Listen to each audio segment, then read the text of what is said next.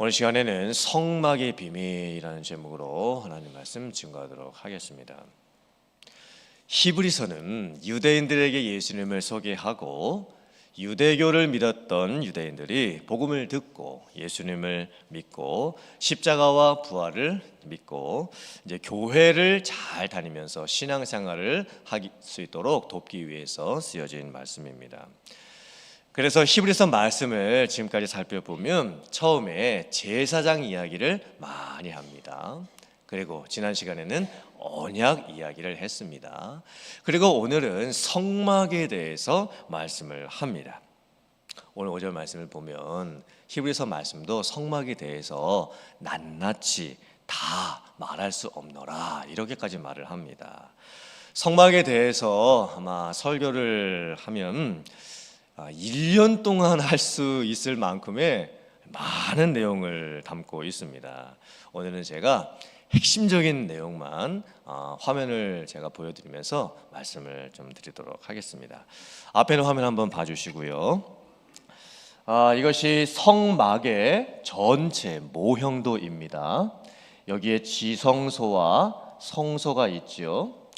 그리고 여기가 성막들 바깥입니다. 성막 바깥에는 물두멍과 번제단이 있고, 그리고 성막 울타리가 이렇게 쳐져 있습니다. 그리고 성막의 문은 동쪽으로 나 있습니다.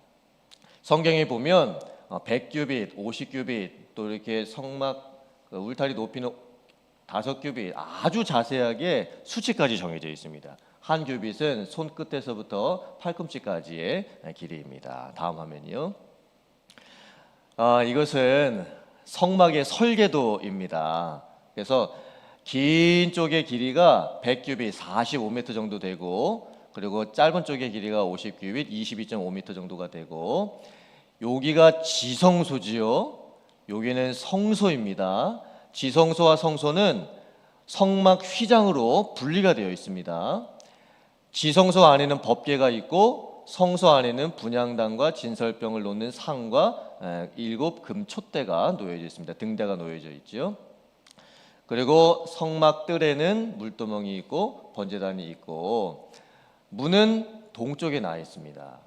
이 각각의 의미들이 다 뜻을 가지고 있는데, 이 성막 문이 동쪽에 나 있는 것도 참 중요한 의미입니다. 즉 하나님의 백성들이 동쪽에서 와서 문을 통과해서 서쪽으로 들어가면서 번제단 지나고 물두멍 지나고 성소 지나고 이제 1년에 한 번 대제사장은 지성소까지 이제 들어가게 되는 겁니다.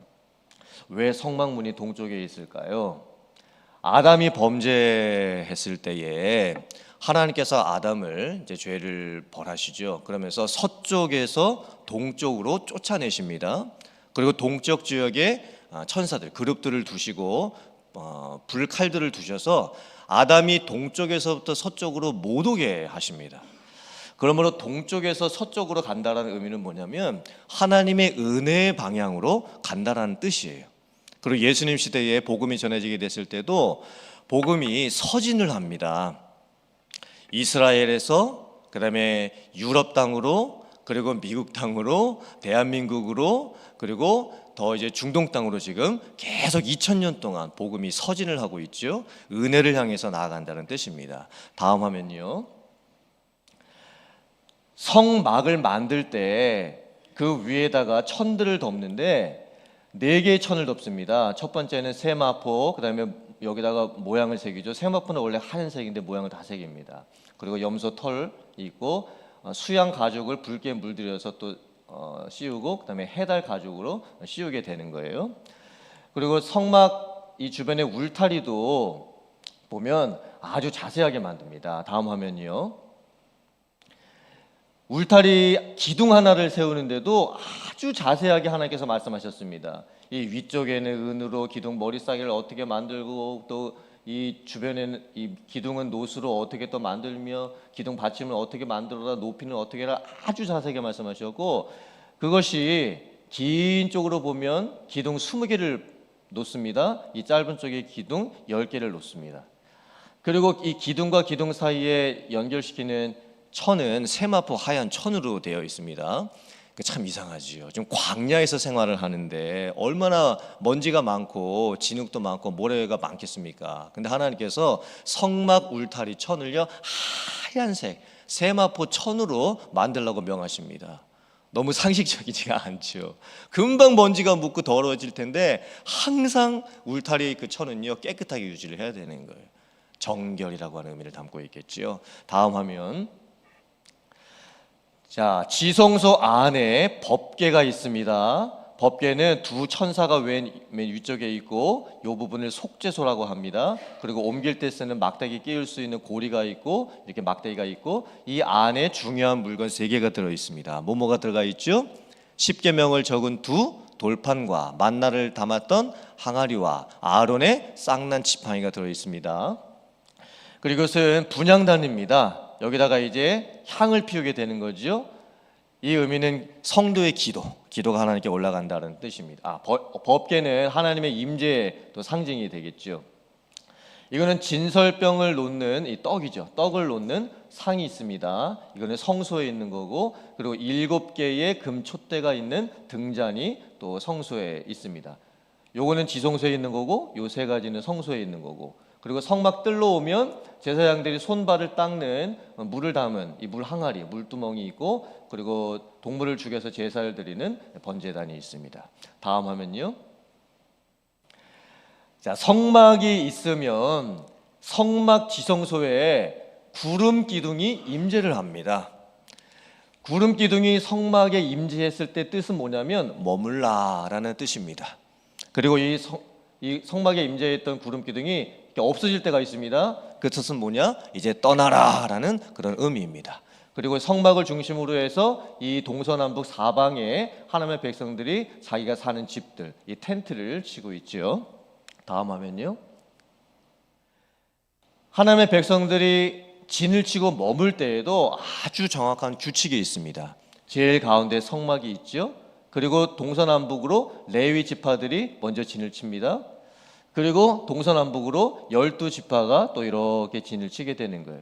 이 진을 칠 때도요 다 가족들끼리 모아놨습니다.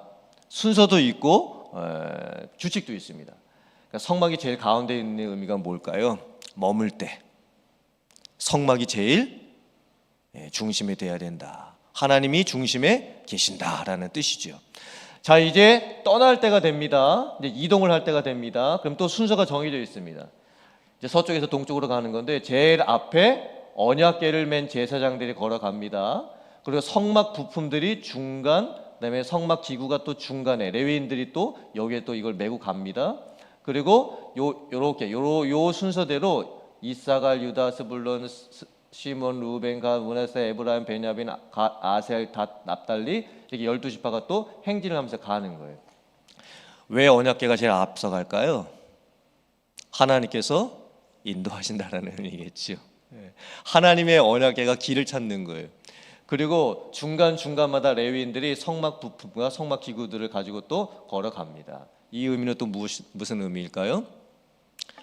하나님께서 보호하신다는 뜻이겠죠. 그리고 하나님의 백성들이 제일 지켜야 될 것, 그게 무엇입니까? 성막에 관련된 기구들입니다. 이 모든 하나하나에 엄청난 의미들이 담겨져 있습니다. 제가 시간이 없어서 다 설명을 정확하게 다 드리지는 못했지만 유대인들에게 있어서는 성막이 참 중요했습니다. 성막을 통해서 예배를 드리고 동물 제사를 드리고 기도를 드리고 또 죄 용서를 받았습니다. 성막을 중심으로 해서 이스라엘 12지파들이 서로 엮여 있었고 하나가 되었고 또 뭉쳐 있었습니다. 예수님 시대에도 성막이 성전으로 대치가 되기는 했지만 성막의 의미는 유대인들에게 너무나 중요했습니다. 그런데 문제가 생겼습니다. 유대인들은 성막 자체만을 중요시했을 뿐 또 성막에서 행해지는 여러 가지 의식과 절차, 순서 그 자체만을 중요하게 생각을 했을 뿐 하나님께서 성막을 왜 주셨는지 그 근본적인 그 의미에 대해서는 잘 깨닫지를 못했습니다. 유대인들은 모세 시대부터 1400년 동안 주어졌던 율법을 지키고 있었죠. 율법은 단순한 법이 아닙니다. 율법은 모든 삶의 영역에 연관이 되어져 있는 아주 중요한 관습, 또 문화, 또 예절, 가치관, 전통이었습니다. 쉽게 바꿀 수가 없는 겁니다. 1400년 동안이나 지켜왔던 엄청난 중요한 내용들이었습니다. 근데 예수님이 오셨죠. 예수님께서 십자가에서 죽으시고 부활을 하십니다. 구원을 이루셨습니다. 복음이 전해지죠. 또 교회가 세워지게 됩니다. 예수님의 오심으로 인해서 모든 것이 달라졌습니다. 정말 많은 것이 달라졌습니다. 근데 유대인들 입장에서는 예수님으로 인해서 달라진 구원 개념을 처음부터 쉽게 받아들이지를 못했습니다. 자기들이 1400년 동안 지키고 있었던 율법을 한 번에 버릴 수도 없었고, 그리고 유대교를 지금까지 믿고 있었는데 이제 예수님을 믿고 이제 교회를 다닌다라는 것을 쉽게 받아들이지를 못했던 거예요. 그래서 오늘 히브리서 말씀이 유대인들에게 이렇게 말씀을 합니다. 히브리서 8장 5절 말씀 화면 보시고 같이 봉독해 보겠습니다. 시작. 그들이 섬기는 것은 하늘에 있는 것의 모형과 그림자라. 모세가 장막을 지으려 할 때에 지시하심을 얻음과 같으니 이르시되 삼가 모든 것을 산에서 네게 보이던 본을 따라 지으라 하셨느니라. 아주 중요한 말씀이 여기 나옵니다. 모세 시대에 만들어졌던 성막은 하늘에 있는 것의 모형일 뿐이다 라고 말씀을 합니다. 즉 모세 시대에 주어졌던 율법과 모세 시대에 만들었던 성막은 진짜가 아니라는 겁니다. 진짜는 어디에 있습니까? 하늘에 있습니다. 그렇다면 하늘에 도대체 뭐가 있길래 모세 시대에 만들었던 성막이 하늘의 모형이고 하늘의 그림자일 뿐이다, 진짜가 아니다, 진짜는 하늘에 있고 진짜는 하늘에서부터 올 것이다, 이렇게 말씀을 했던 것일까요? 하늘에 있는 것은 누구를 의미했던 것일까요? 예수 그리스도였습니다. 예수님의 오심을 통해서 성막의 의미가 완성이 된다라는 뜻이죠. 하나님께서 모세에게 성막을 만들라고 하셨을 때 정말 자세하게 말씀해 주셨습니다. 너무 자세하게 말씀해 주셨습니다. 실 하나도 무슨 색 실을 사용해야 될 것인지, 천 하나도 뭐 어떤 수치로 잘라가지고 사용을 해야 될 것인지, 기구들은 어떻게 서로 연결시켜야 될 것인지 너무 자세하게 정말 말씀을 하셨습니다. 그러므로 성막에는요 다 뜻이 있습니다. 의미가 있는 거예요. 그런데 그 모든 성막의 의미들이 예수님에게서 다 성취가 됩니다. 즉 하나님께서 유대인들에게 성막을 주셨던 이유는 성막 자체가 중요했던 것이 아니었습니다. 성막을 주심으로 인해서 장차 오시게 될 예수님을 바라보게 하기 위해서 성막을 주셨던 거죠. 그리고 진짜 예수님이 오신 겁니다. 예수님이 십자가에서 죽으시고 부활하셨습니다. 구원을 이루셨습니다. 예수님을 통해서 예배를 드리고, 예수님을 통해서 제사를 드리고, 예수님을 통해서 기도를 드리고, 예수님을 통해서 하나님 앞에 나아가게 되지요. 그리고 이제 건물로 되어져 있는 성막의 의미가 아니라 영적인 의미의 성전이 새롭게 만들어지게 됩니다. 그 영적인 의미의 성전이 어떤 성전을 말을 하는 것일까요? 화면 보시고 고린도전서 3장 16절과 17절 말씀 같이 봉독해 보겠습니다. 시작. 너희가 하나님의 성전인 것과 하나님의 성령이 너희 안에 계시는 것을 알지 못하느냐? 누구든지 하나님의 성전을 더럽히면 하나님이 그 사람을 멸하시리라. 하나님의 성전은 거룩하니 너희도 그러하니라. 아멘. 너무나 중요한 말씀이죠. 이제 더 이상 건물로 된 성전은 없습니다. 요즘 어떤 분들이 가끔 교회를 이제 성전이라고 하시는데 정확하게는 옳지 않은 표현입니다.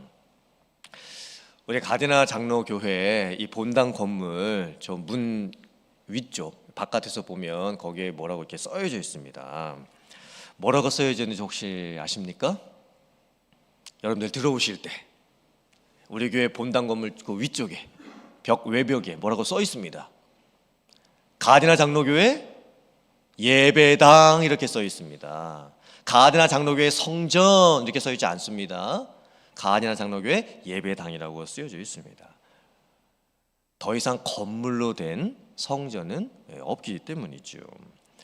그렇다면 교회는 무엇일까요? 교회가 건물일까요?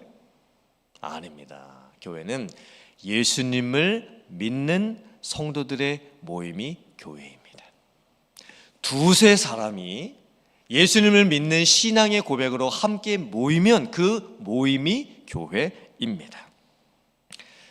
그리고 우리가 하나님의 성전이 되었습니다.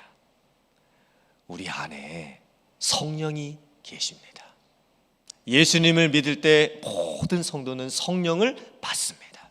그 성령이 내 안에 계십니다. 성령은 떠나지 아니하십니다.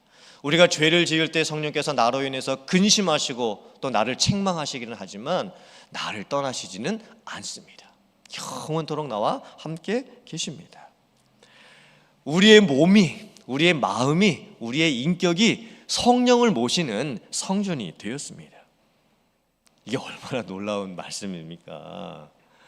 저와 여러분들의 이 몸이, 삶이, 마음이 움직이는 성전입니다.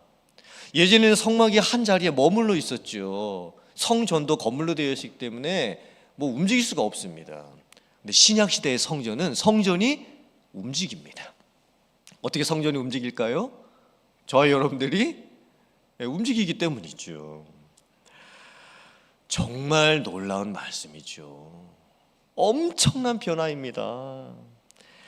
그런데 유대인들이 이런 내용을 전혀 이해하지를 못했습니다. 전혀 깨닫지를 못했습니다. 예수님이 오심으로 인해서 어떻게 성막이 완성이 되었고 더 이상 건물로 되어져 있는 성막은 존재하지 않고 성전은 없고 예수님을 믿는 성도들이 거룩한 영이 거하시는 성전이 되었는지 이 의미를 전혀 몰랐다는 거예요. 그래서 오늘 히브리서 말씀이 유대인들에게 말씀을 하고 있는 것이죠. 아마 유대인들이 오늘 히브리서 말씀을 전에 들었을 때에 엄청난 은혜가 임했을 겁니다. 자기들이 1400년 동안이나 지켜왔던 그 성막의 의미가 예수님에게 어떻게 이루어졌는지, 그리고 더 이상 건물로 되어져 있는 성막이나 성전에 가서 여러 가지 의식 절차를 지키면서 하나님 앞에 나아가고 은혜 받고 죄 용서 받는 것이 아니라 내 안에 성령이 계셔서 성령께서 나를 이끄셔서 하나님 앞에 나아가게 하시고 나의 마음을 성령께서 어떻게 오픈하여 주셔서 거룩한 하나님을 보게 하시고 하나님께서 말씀을 깨닫게 하실 때에도 성령이 주시는 지혜를 통해서 깨닫게 해주시고 하나님 앞에서 내가 죄인됨을 깨닫는 것도 성령께서 내 마음을 살피시게 하시는 거죠.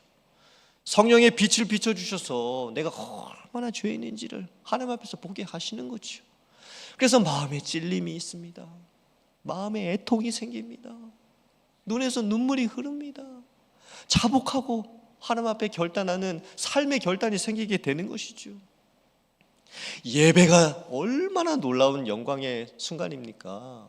제가 예수님을 믿고 구원받았는데 제 바로 옆에 저랑 똑같이 신앙을 고백을 하는 다른 성도가 계시는 거예요. 그러므로 그 성도 한 분 한 분이 저에게 얼마나 소중한 분들입니까? 세상 그 어디에서도 만날 수가 없는 분들입니다. 같이 예배를 드릴 때에 성령의 임재하심이 있지요. 각 사람의 마음을 성령께서 연합시켜 주십니다. 그래서 홀로 살아계신 하나님 앞에 구원받은 모든 백성들이 나와 하나님께 예배를 드리는 거예요. 우리 교회 안에서만 예배를 드리는 것이 아닙니다. 지구상에 세워져 있는 각 나라에 있는 모든 민족들이 다 하나님 앞에 예배를 드리고 있습니다. 그러므로 건물 크기가 상관이 없습니다. 교회 성도 숫자가 상관이 없는 것입니다. 왜냐하면 지구상에 있는 모든 하나님의 백성들이 각 처소에서 하나님 앞에 똑같이 똑같은 성령 안에서 예배를 드리고 있기 때문입니다. 이게 얼마나 놀라운 예배의 모습입니까? 사랑하는 성도님들, 오늘 이 히브리서의 말씀을 저들이 잘 묵상해 보았으면 좋겠습니다. 참으로 엄청난 내용을 담고 있는 말씀입니다. 이것을 깨달았을 때 우리 안에 성령이 계심을 믿고 그 성령 안에서 변화가 일어날 수 있는 여러분들 되시길 주님의 이름으로 축원합니다. 여러분의 삶이 거룩해지시고 영적으로 바뀌시고 옛 것들이 끊어지고 새로운 은혜가 우리들의 삶에 충만할 수 있기를 간절히 바랍니다. 그리고 이런 놀라운 역사들을, 은혜들을 삶에서 체험할 수 있는 여러분들 다 되실 수 있기를 주님의 이름으로 축원합니다. 아멘.